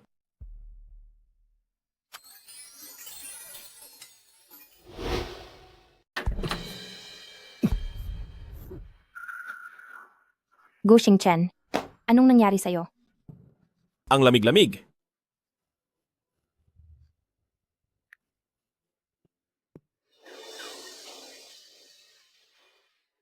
Kabibigay lang ng sedative sa kanya? Kailangan muna niyang magpahinga sandali. Doc, Ano po ba ang dahilan kung bakit siya nahihirapan ng ganito? Meron siyang physiological depression. Madalas itong nagpapakita ng kawalan ng kontrol sa emosyon, bigla ang pagkalungkot na walang dahilan, at pabago-bagong pakiramdam ng init at lamig. Ang puso naman niya ay bumibilis din ang tibok. Ang pinakaimportante rito ay ang buong katawan niya ay parang kinakain ng mga langgam. Kaya sobrang sakit nito. Ganoon pala. Nahihirapan na pala ng ganito si Gu Xingchen. Ang pasyente ay maraming taon na ring may depression. Sa sitwasyon niyang ito, kahit sa ibang bansa, ay wala pang gaanong matagumpay na kaso. Doc, mapapagaling pa po ba siya? Samahan mo na lang muna siya ng mabuti. Susubukan ko ring makipagtulungan sa iyo. Susubukan pa natin sa huling pagkakataon. Iyong bago, sa 208 na? May depresyon? Baka hindi na magtagal ang buhay niya. Hindi ko alam kung ano na ang nangyayari sa mundo ngayon. Napakaraming tao ang may depresyon. Hay! Dahil iyan sa sobrang stress, sumuko na siguro sa buhay. Kapag nagkaroon ka ng sakit na ito, para ka na rin naghihintay ng kamatayan, hindi talaga magtatagal. Hindi rin sigurado iyan. May kaklase ako dati, kaklase noong elementarya, na napagaling ng isang matandang doktor ng tradisyonal na gamot na insik. Sino naman ang matandang doktor na iyon na napakagaling? Parang si Lidehay yata iyon. Sino itong matandang manggagamot na napakagaling? Parang si Lidehay. Medyo sikat siya sa internet. Mahahanap mo siya kahit saan sa online. Si Lidehay ng baryo ng Mahabang Buhay. Isang sikat na manggagamot, tanyag sa buong lugar. Mabuti naman, may pag-asa ng gumaling si Gu Xingchen. Gising ka na pala? Naniniwala ka ba sa mga huwad na manggagamot? Narinig mo ang lahat? Gusto mo bang subukan? Paano kung gumana ito? Sige, makikipagtulungan ako sa iyo. Talaga? Ngunit, malayo ang biyahe patungong baryo ng Mahabang Buhay, hindi pa kayang gumalaw ng katawan ko ngayon. Pagkatapos ng 2 araw na pahinga, samahan mo akong pumunta roon? Kailangan kong umalis ng ilang araw. Sa mga araw na ito, ikaw na muna ang bahala kay Gu Xingchen. Saan pupunta si Binibining Su? Huwag mo nang itanong. Basta't ito ay isang napakahalagang bagay. Kahit na nandito ako para alagaan ang senyorito, sa totoo lang ay parang tumatanggap lang ako ng sahod ng walang ginagawa dahil ikaw naman ang buong pusong nag-aalaga sa kanya. Malinaw na hindi kayang mawala ni Ginoong Gu sa tabi mo. Hindi ko rin kayang malayo sa kanya. Ilang araw po kayong mawawala? Kapag nagtanong si Senyorito Gu, sabihin mong umuwi muna ako para bisitahin ang mga magulang ko. Tawagan mo ako kung may mangyari. Sige po. Gu Xingchen, hintayin mo ako.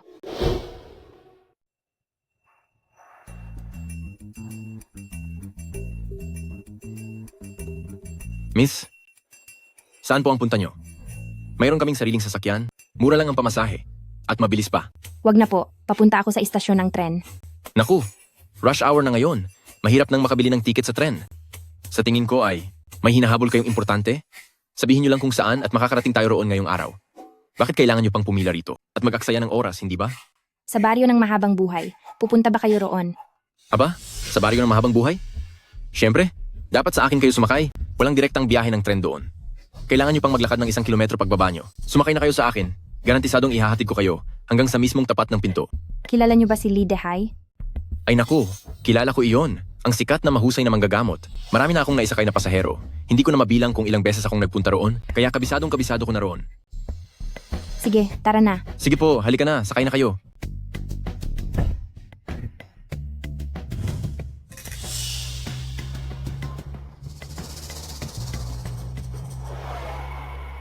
Sa sobrang pagmamadali ay nakalimutan kong mag-message kay Gu Xingchen. Mabundok ang lugar na ito. Talagang walang signal. Hayaan na muna. Hanapin muna natin ang mahusay na manggagamot. Teka, anong nangyayari? Nandito na tayo.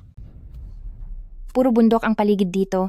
Nasaan ang mga bahay? Hanggang dito lang ang hatid ko. Kung gusto nyong pumasok sa baryo ng Mahabang Buhay, kailangang magdagdag ng bayad.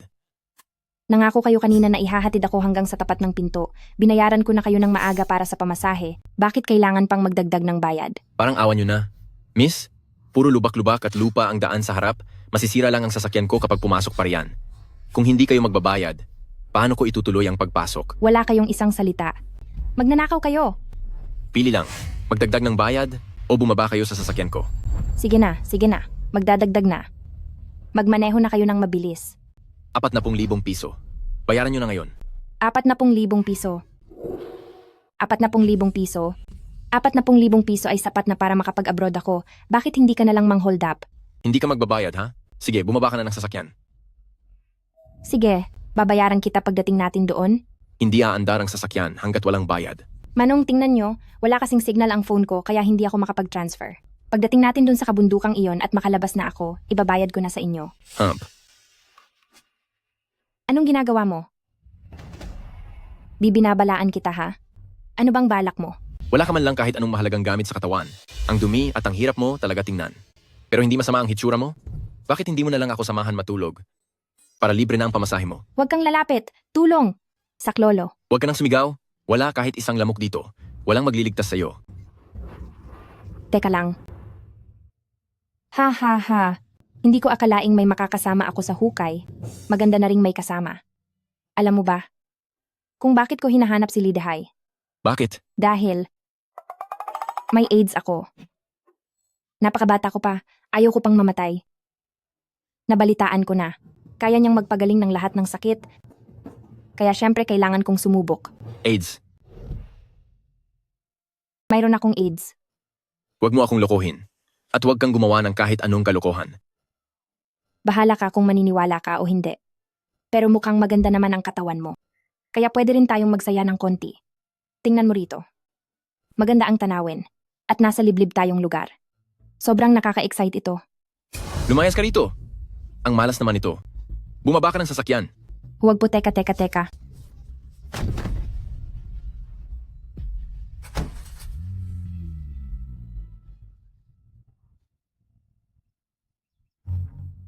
Wala akong alam na direksyon dito. Kaya kailangan ko na lang maglakad ayon sa nararamdaman ko.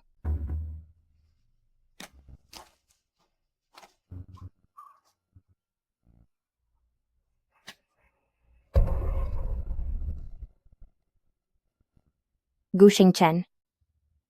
Kailangang hintayin mo ako.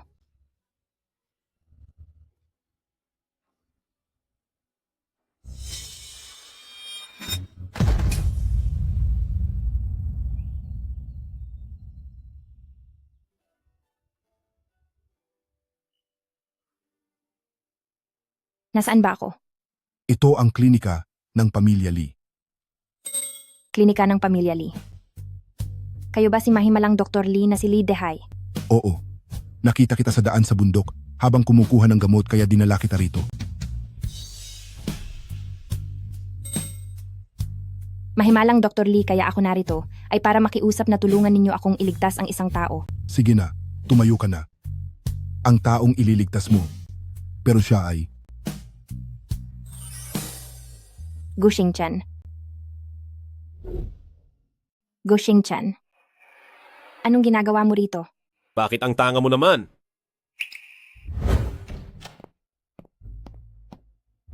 Nasaan si Su Xiao mo? Sabi ni Binibining Su, umuwi raw siya para bumisita sa pamilya niya.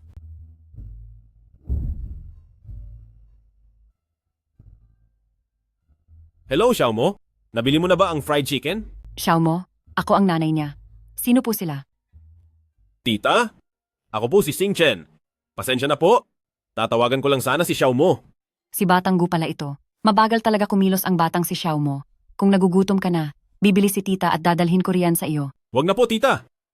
Malapit na rin po siguro siyang makabalik. Hindi naman pala siya umuwi ng bahay. Paano mo nahanap ang lugar na ito? Alam ko na noong una pa lang, napupunta ka rito para hanapin si mahimalang Dr. Lee. Kaya naman nauna na ako rito. Kung hindi pa kita nakita, tatawag na sana ako ng pulis. Pasensya na. Gusto ko lang naman kasing maisama pabalik ang mahimalang doktor. Sabihin mo muna sa akin kung saan ka ba talaga nanggaling at bakit hindi mo sinasagot ang mga tawag ko. Hindi niya pwedeng malaman. May nakasalubong akong masasamang tao, naligaw ako, at naubusan pa ng baterya ang cellphone ko. Sa susunod, huwag ka nang magdesisyon ng mag-isa. Alam mo bang sobrang nag-alala ako? Nag-aalala ka sa akin? Mahimalang doktor, nandito na po siya. Pwede niyo po bang tingnan kung kaya pa bang magamot ang katawan niya? Pwedeng subukan, pero hindi ko magagarantiyahan ang 100% paggaling. Ang mga bagay na ipinagbili ng Miracle Doctor. Naitala mo ba ang lahat ng ito? Sabi ng miracle doctor ang pinakaimportanteng gawin habang nagpapagamot ay ang pag-iwas sa bawal na pagkain at ang pananatiling kalmado. Sige, makikipagtulungan ako sa iyo ng mabuti. Pero dapat ay mangako ka sa akin ng isang bagay. Huwag lang isa, kahit 100 pa ay papayag ako. Ipinag-enroll kita sa isang training class para sa mga designer. Pumunta ka doon para makuha ang iyong sertipiko bilang designer. Ha? Siya si Miss Yang Hongyan, ang pinakamagaling na gold medalist designer mentor sa buong bansa. Kumusta? Maligayang pagdating sa aming grupo. Yang Hongyan? Napakadami kayang nagnanais na makakuha ng kahit isang klase sa kanya. Tinulungan talaga ako ni Gushing Chen na matupad ang pangarap ko. Gustong-gusto ko talagang sumali, pero hindi pa tapos ang mga gawain ko rito. Huwag kang mag-alala na baka wala ka ng oras sa pag-aalaga sa akin. Dahil sasamahan kita araw-araw sa iyong klase. Susyaw mo, bago ako umalis, ay tutulungan kitang matupad ang iyong pangarap.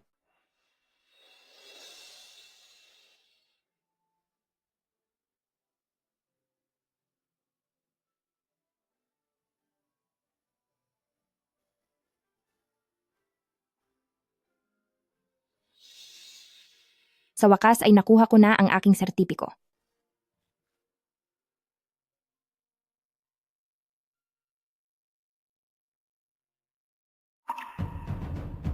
Oh! Hindi ba tang ex-girlfriend ko ito? Wow! Hindi ba ito ang dating girlfriend ko? Inaalagaan mo pa rin pala ang lalaking ito. Susyaw mo, wala ka talagang ipinagbago. Parang malas ang araw ko ngayon. Ang malas ko namang makatagpo kita rito. Mahal, iniwan ka pala ng dating girlfriend mo. Para lang sa baldado na ito? At teka, bagay naman pala silang dalawa. Isang pilay at isang bulag. Nakita mo ba? Susyaw mo. Ito ang girlfriend ko, may-ari siya ng tindahan ng alahas. Binibilihan niya ako ng cellphone nang hindi kailangan ng hulugan. Mabuti na rin ang buhay ko ngayon, samantalang tignan mo ang sarili mo. Nakasama mo lang ang lalaking iyan? Habang buhay ka na lang magsisilbing, parang aso sa kanya. Ngayon lang ako nakarinig ng isang palamunin na ganito pakatapang. Huy, mukhang mas matanda pa sa nanay mo ang babaeng iyan ha? Paano mo natatagalan ng ganyan? Hoy pilay, anong sinasabi mo? Sinong sinasabi mong matanda? Sandali, hindi ganoon. Mahal, huwag ka nang magalit. Naiinggit lang siya sa atin. Alam mo namang ikaw ang pinakamaganda para sa akin? Huwag na natin silang pansinin, tara na. Hala, hindi ka nga pala basta-basta nagsasalita. Pero kapag bumuka ang bibig mo, tagos sa puso ang mga salita mo. Matanda naman talaga siya. Nagsasabi lang ako ng totoo. Paano mo naisip iyon? Tungkol sa mga bagay doon sa ibang bansa. Handa na ba ang lahat? Ang mga papeles para sa euthanasia, handa na ang lahat. Nakapirma na ang anak natin? Kaya hayaan na natin siyang umalis ng payapa.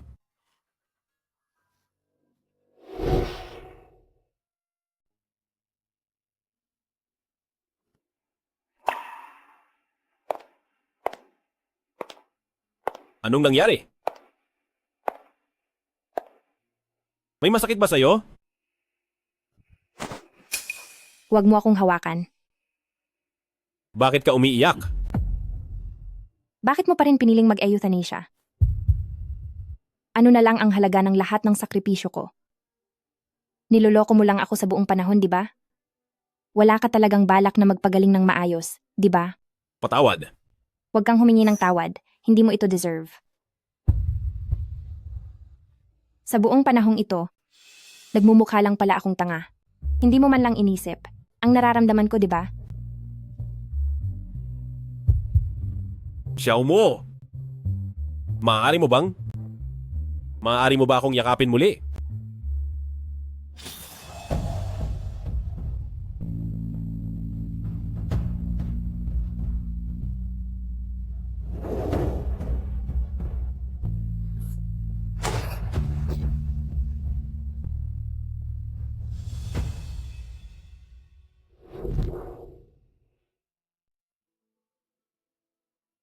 Tatay.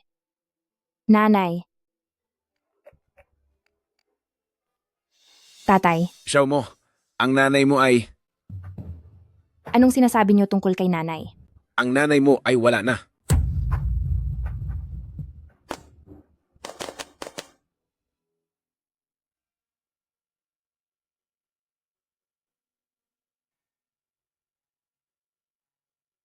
Anak, kung namimiss mo siya, puntahan mo na siya. Alam ni nanay na ayaw mo siyang maging pabigat. Alam din ni nanay na pagod ka na at nahihirapan. Anak, kung gusto mong umiyak, iiyak mo lang iyan. Huwag mo nang pigilin.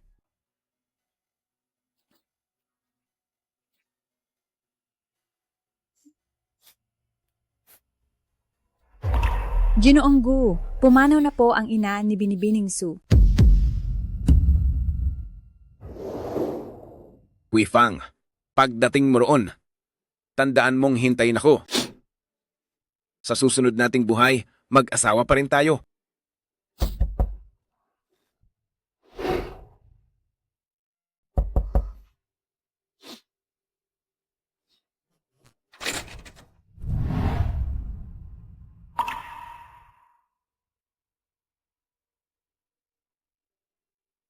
Tapos na tayo magbigay-pugay kaya tara na.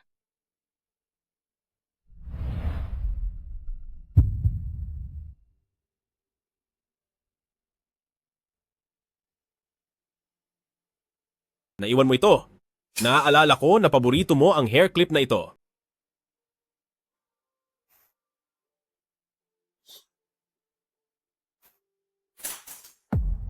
Isang hair clip lang naman iyan. Ngayong iniwan na ako ng lahat ng nagmamahal sa akin. Hindi na rin ito mahalaga. Xiao mo, ilang taon na bang may sakit ang nanay mo? 20 taon na. Napakabilis talaga ng panahon. 30 taon na kaming kasal ng nanay mo. Pero kahit isang araw ay hindi siya nakaranas ng maginhawang buhay sa piling ko. Naaalala ko noong araw ng kasal namin. Sa sobrang hirap ko ay wala man lang kaming kahit na kaldero.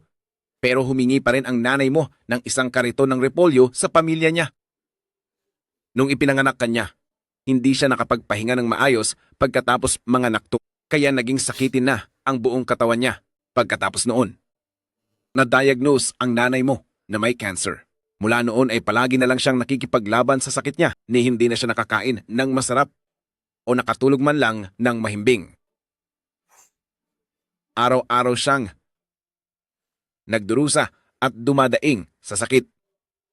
Kung may babalik lang ang panahon, sasama talaga ako sa kanya sa mga huling sandali niya. Hindi ko na siya hahayaang mahirapan pa kahit kaunti. Huifang.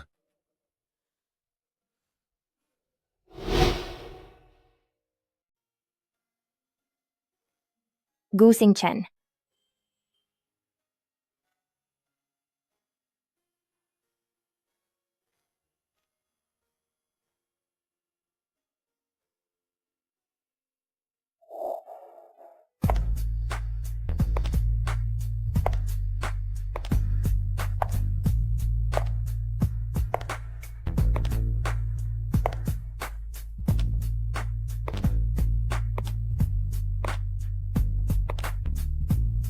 Uwi na tayo sa bahay. Sa bahay nating dalawa. Sige.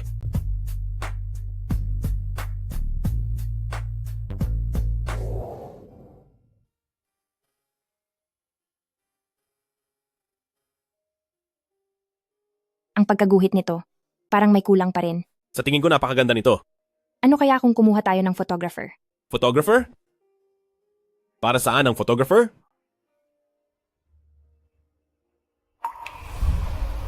Gu Xingchen. Gusto kitang pakasalan. Magpakuha tayo ng wedding photos. Mag-kiss naman kayong dalawa. Sige na, kiss. Sige, ayan. Napakaganda, napakaganda. Sige, ayan. Sige, tapos na ang shoot nyo ngayong araw. Sige, tapos na ang pagkuha ng litrato. Magparehistro na tayo ng kasal. Teka lang. Xiao mo, hindi kita pwedeng pakasalan. Ako? Itinuturing na kita bilang kaisa-isa kong asawa. Mabuhay man o mamatay. Ikaw pa rin ang tanging mahal ko. Xiao mo! Gusto kong maging maayos ang buhay mo. Mayroon kang sariling buhay. Mayroon kang sariling kinabukasan. Sapat na sa akin na sinamahan mo ako. Hanggang sa sandaling ito, pagbigyan mo ang huling hiling ko. Maari ba? Xingchen.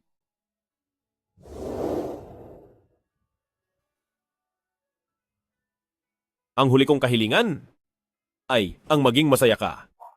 Pangako, ayos ba? Sige, pangako. Sigurado ka bang ayaw mong sumama kaming mga magulang mo? Tita, tito. Ayaw ni Xing Chen na makita ninyo ang lahat ng ito. Dahil alam niyang magiging napakasakit nito para sa inyo. Gusto niyang manatili na lang kayo sa bahay. At alagaan ang inyong mga sarili. Ito rin ang huling hiling niya. Sige. Nangangako ako sa iyo.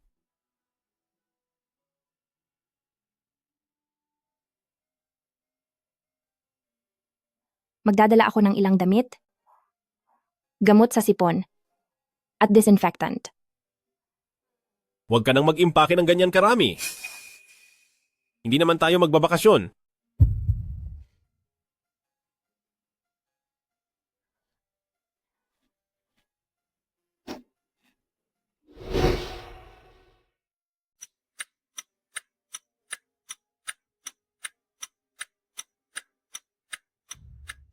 Anak, kailangan mong tandaan ang daan pa uwi. Bumisita ka lagi sa bahay. Nay, naghirap ka nitong mga nakaraang taon. Anak, sa labas kasama si Xiao mo maging maayos. Kumain ka ng anumang gusto mo. Gawin mo ang anumang gusto mong gawin.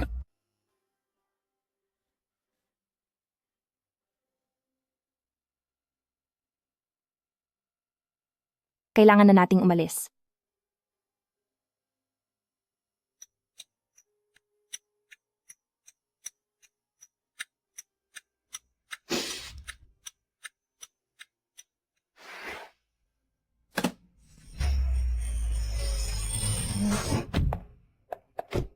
Anak, Xing Chen, mag-iingat ka Xing Chen. anak, Kailangang maging maayos ka Xing Chen. anak. Mamimiss ka ni nanay, anak. Xing Chen.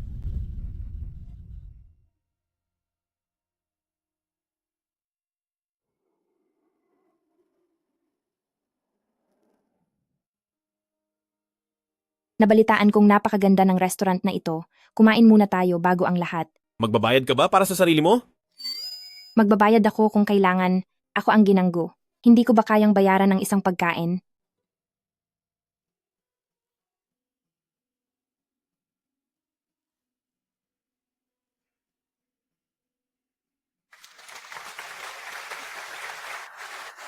Napakagaling. Isa siyang Chino. Kailangan mong magbigay ng tip pagkatapos mo siyang purihin. Wala akong dalang palit na pera. Bakit ka pa kakain kung ganoon? Wala kaming pera, kaya magtatanghal na lang ako.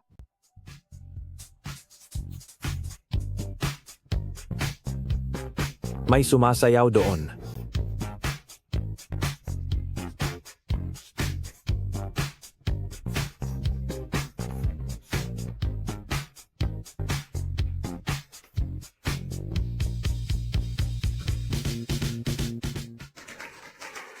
Ang ganda talaga. Galing. Mahusay. Uy, Gu Xingchen, tingnan mo, puro mga tagatsina sila.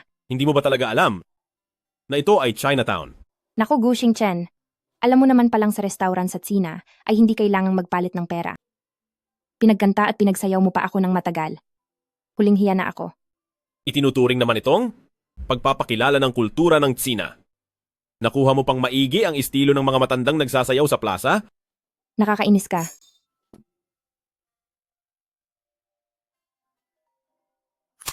Halo, Magandang araw po, sir. Maayos na po ang inyong appointment. sige. Salamat. Sige po, paalam.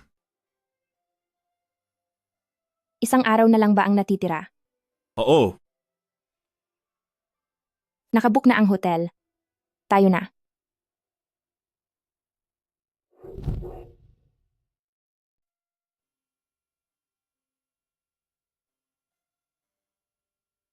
Maligayang bagong kasal sa atin. Ay, muntik ko nang makalimutan, bawal palang uminom habang nagpapaturak. ayos lang.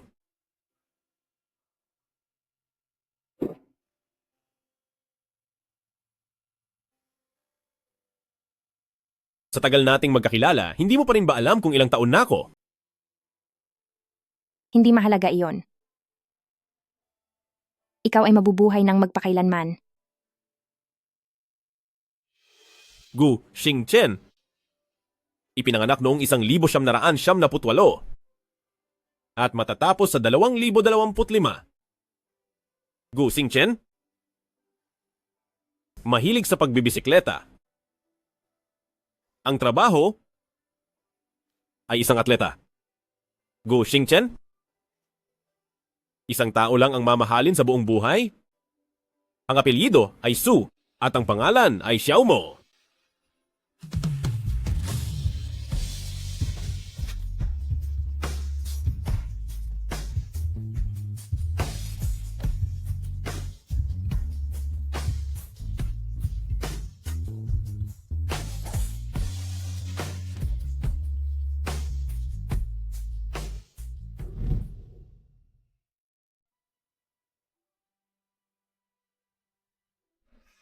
Naiturok na ang unang 2 iniksyon. At ngayon ay may isa na lang na natitira. Ituloy na ang gamot.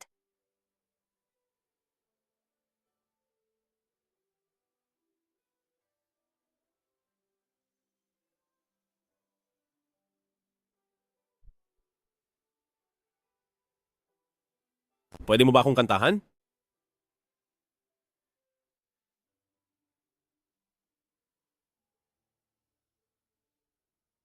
Paano ko ilalarawan ang pagmamahal ko sa iyo? Dahil sa iyo ay tumigil na ako sa paghahanap. Isinulat sa gabi ng mga bituin. Itinadhana na ikaw ay ang tanging isa.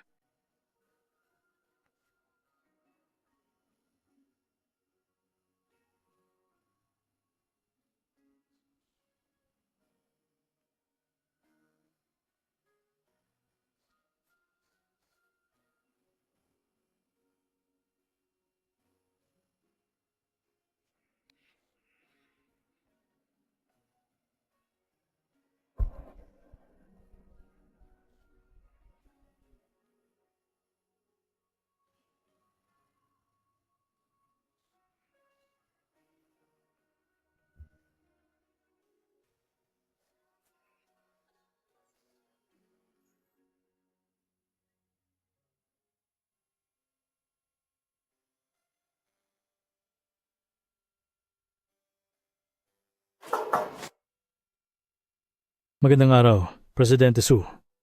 Bukod sa pamanang iniwan sa inyo ni Mr. Gu, pati na ang sa ilalim ng inyong pangalan, na itinayong kumpanya ng pagdidisenyo ng damit. Mayroon pa siyang iniwang trust fund at mana na ipinagkatiwala niya sa akin na ibigay sa inyo pagkalipas ng 1 taon.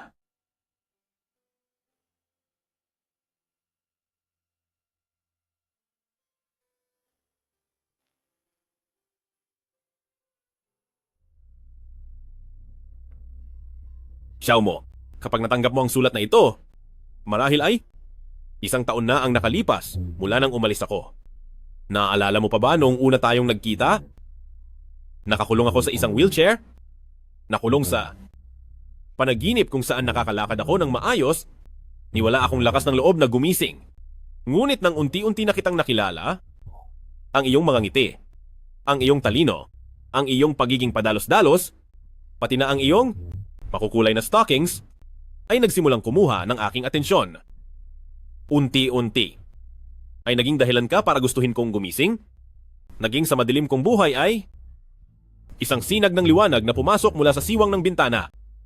Xiaomo, isa kang matapang at mabait na babae. Mayroon kang sariling mga pangarap. Buong tapang mong hinahabol ang mga ito. Agi mong pinasisigla ang paligid. Nariyan man ako o wala, ikaw pa rin ang pinakamakinang na bituin sa gitna ng karamihan. Kaya huwag kang magpapakulong sa lungkot dahil sa pag-alis ko. Sulitin mo ang bawat araw mo. Mamuhay ng matapang at malaya. Maaari man akong manatiling buhay ng miserable, ngunit mas gusto ko na maging malaya ka sa paghabol sa iyong kaligayahan. Kung makakatagpo ka ng taong mamahalin mo, sana ay maging masaya ka talaga. Mahal na mahal kita habang buhay. Gu Xingchen.